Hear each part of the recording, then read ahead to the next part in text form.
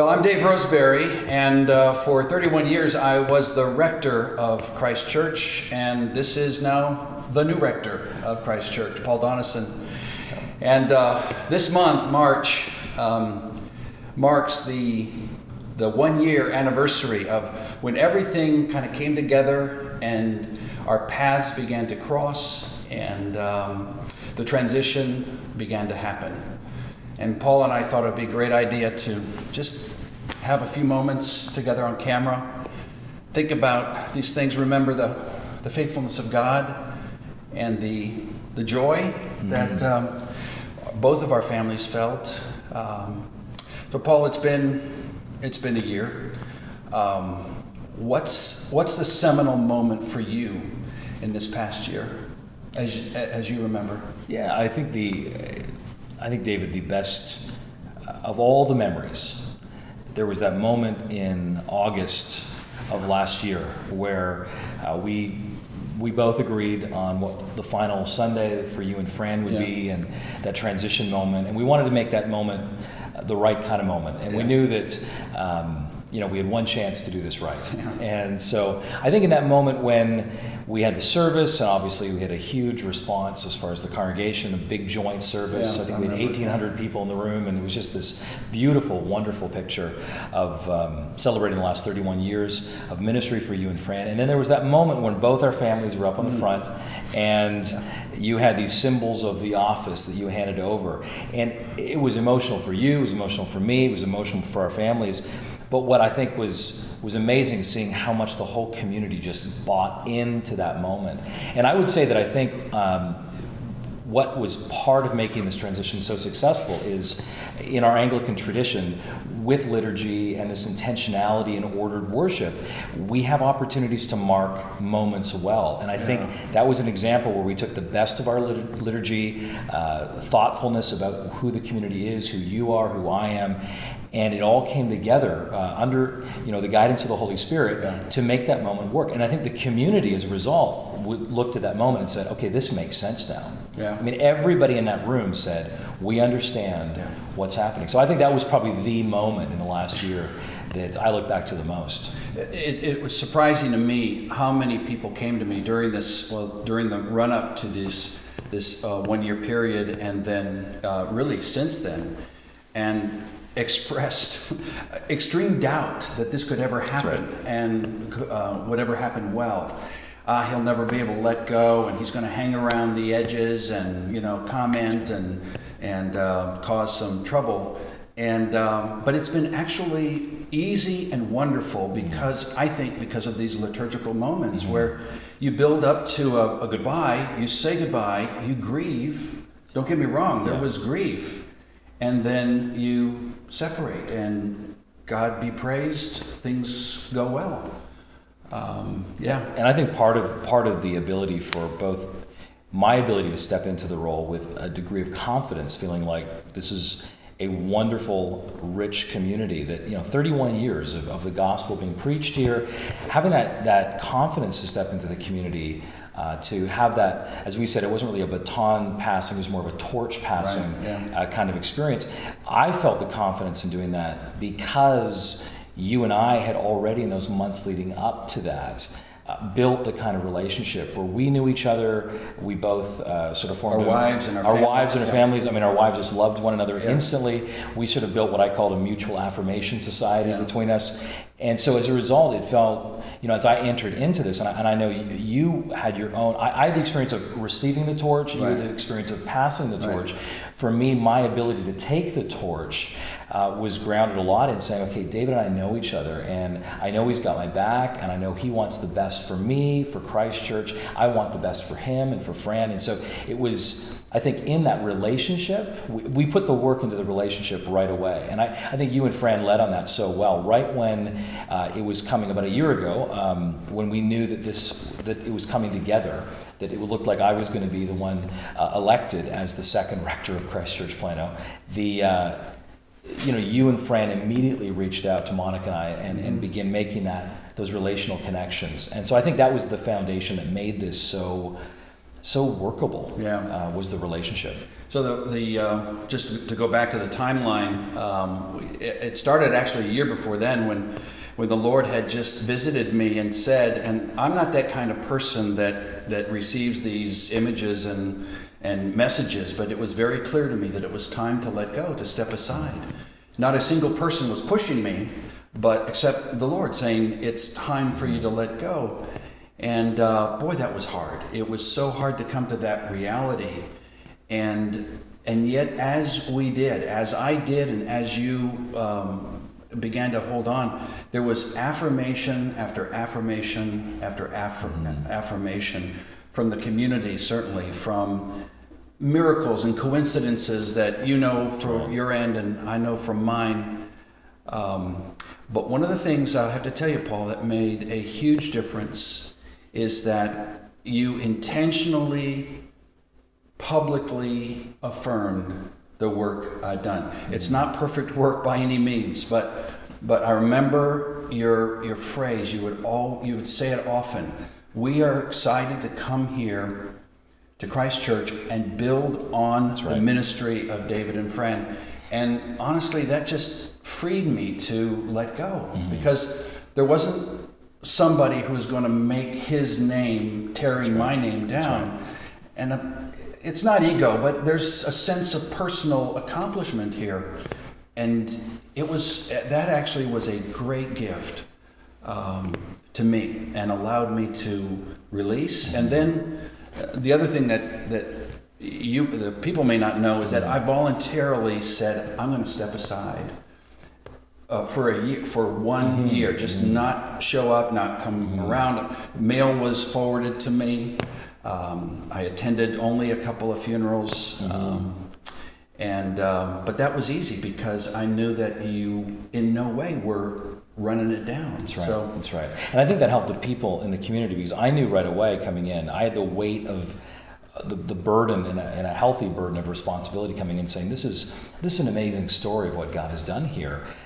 So I had to gladly, without any ego, say, yes, I am building on something that's already here, right? And affirming that and celebrating that and finding again and again ways to celebrate this 31, now coming up on 32-year history. Now I've been a year. I mean, we're getting to that 32nd year of Christ Church's story. And so what was so helpful for me was recognizing the weight of that burden, the weight of that responsibility, and the joy of that.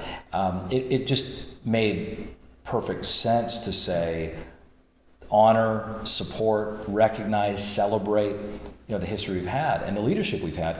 And I think it's also helped the community, because what that's done is it's created in our community. I think this is helpful for anyone, considering transitions and all the rest, is because we both had this mutual affirmation society, because I made a point and continue to make a point of celebrating the 31 years here, you and Fran and the rest, is it's given permission to the community to celebrate both leaders. There's not this sense of, oh well, if we want to be loyal to David, then we can't really like Paul. We got to sort of reserve judgment on him and Monica. No, we love David and Fran, and we love Paul and Monica. It gives permission, which is huge. And so, because I guess from a leadership principle on this, because we sorted out our relational connection between our families and that support and affirmation of each other's ministry, the effect for the community was huge. They were just free to say, great, we can celebrate what's been and we can celebrate what is, right? Which is, I think, has been vital, and that's been the story again and again. Some people have asked me, Paul, how I knew it was time for me to step aside, and I'll just have to say that I love the church. The church loved me. We had a great relationship, and I still do. There's so much there that is just fantastic. But a church is driven by vision. It's driven by a fairly clear picture of what's ahead. And after 31 years, I ran out of vision. And it was just as clear, the lack of vision was as clear to me as the vision had been. And I just knew that there was something else, and God be praised. Christ Church has been very supportive and encouraging of the new work that I do here with LeaderWorks. Having something meaningful to do and having something that has some energy and purpose and vision behind it is, for me, that's life-giving, and that's where I feel I'm at now. Absolutely. And I think there's a huge, tremendous blessing because, again, with the success story in this transition, that itself is fed into the LeaderWorks potential. I mean, your ability to not just speak into other church leaders' lives, but this very critical issue on how do we do transitions, which we all know that many churches don't. Yeah. I mean, the normal story is that these go very badly. Right. I had people phone me leading up to this saying, "Don't do this. Don't take it. You're the sacrificial lamb. This is not gonna go well." And that was my mom. Yeah. By the way, that called That's right. And the truth is, I mean, we've seen that unfortunately again and again in so many churches. Is this transition piece does not go well, and what a shame, because it doesn't allow there to be moving from strength to strength within the life of a community. So I think from a LeaderWorks perspective as well, I mean, you now in this capacity to lead and teach and help shape young leaders, there's an ability to also speak into this transition piece, which I think is sorely lacking. And I'm not suggesting that you and I somehow figured this out because of the way this has gone. I mean, it's all the Lord obviously leading this, and we've just, I think that both Christ Church and us and our families personally have been so blessed by how well this transition has gone. So I'm not suggesting we've figured out transitions, although we could start a company. Right, yeah. But I think the reality is that we both have learned some stuff in this process that is shareable, and I would hope that other communities could experience this. I was so wound up in the emotion of the transition, this before we ever got to it, that I really did feel it was vital for me to have a kind of a church headhunter staff company lead this. And it's not as if they found someone that I hadn't known or didn't know about, or that maybe even that our church wouldn't have found anyway. But having somebody come in with the expertise and the data and the objective phone calls and things like that took all the emotion out of it for me. So I could just work with the vestry and search team and step back where appropriate. And boy, it's been a smooth transition, except those of you watching may not know, Paul moved 8 doors down from me. Why'd you do that? I want to watch you. I really want to. No, my kids want to be able to throw a tennis ball into your yard. When we're done with our kids on an afternoon, we just send them over to David and Fran. Go jump, in the pool. Go hang out with the Roseberries. We're tired. No, the commute coming over here today was very short. Yeah. But no, it's well, again, and I think. Even in that, I mean, that was the Lord going before us. We didn't know where we were going to find a house. Yeah. And you remember some of the stories around that. And we saw, we had our realtor going through there, and every place he looked at, he kept coming back and saying, it's dreadful. Right. And this was the first house we found where he didn't say it's dreadful. And it just happened to be, doors down from here. And I think, but also even in that in a small way, or maybe in a big way, was the Lord saying, as I've been with Moses, so I'll be with you. I mean, and I mean that in the sense that you and Fran living with such proximity to the church, if I'd moved, 20 minutes from here, that would have just been another difference. Right. They're living up in Frisco or wherever. This was an ability for there to be that continuity. Right. Just as David and Fran lived down the road, so Paul and Monica lived down the road from the church. It's a small thing, but when all these things add up, that's where we see, I think, the Lord clearly guiding this. So we're 20 years apart, and I would imagine I hope that it has been easy for you to be you. You're Canadian, but you have a different generation. You have a set of gifts that it's just extraordinary. Have you felt like the church has been warmly embracing of those gifts? And affirming? They really have been. They've been incredibly affirming. I mean, one thing, and this again is how I can celebrate the history here. I mean, I have preached and you have preached in so many different places, right? Our own churches, but also, guest preaching. Before coming to Christ Church, I had never met a church that was so receptive to preaching and teaching. Yeah. I've never, in an Anglican context, I remember going to a Pentecostal church once, and they were maybe on the same level. I mean, they were just so enthusiastic, but in Right. kind of different ways. Right, amen. But yeah, exactly. There were a lot of amens.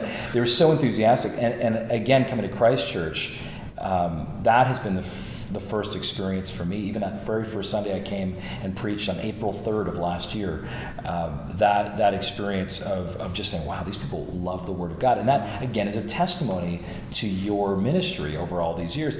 I mean, we see those DNA points within a community. And you know, it's a bit like our dogs. You know, they say they look like their owners and their masters. So churches look like their rectors in many ways. And what's important, what's valuable, especially in plants, where, you know, it started in your living room. Yeah.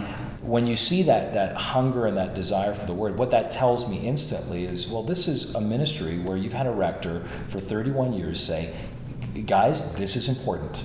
This is central to our life. And so the gift of that for me to be able to come in, and as someone who loves to preach and teach, it's just thrilling. So I'd say that aspect's been hugely received. I think they're getting a little tired of the hockey jokes and the Canadian right, jokes. yeah. I mean, I think I am getting to that point where I'm realizing that the next time I use a hockey joke, they are going to, you know, someone's going to stand up and say, I'm out of here. The next time I try to do the all y'all and all that kind of text and stuff, I just think that might be wearing on them. It was delightful and cute, but it's come to the end of its shelf life. So Now it's back to A. That's right.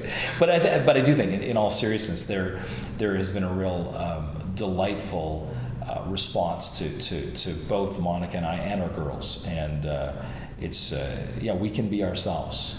Which is, you know, I mean, we all want that in our ministry. Well, we just be ourselves. It has been such a joy, Paul, and I know Fran joins me in blessing you and Monica and your girls, blessing the congregation of Christ Church, and blessing all those who have loved us and supported us over the years, and continue to do ministry alongside of us. And Paul Donison, we will be friends, and Absolutely. Anything I can do to help, you know I'm there.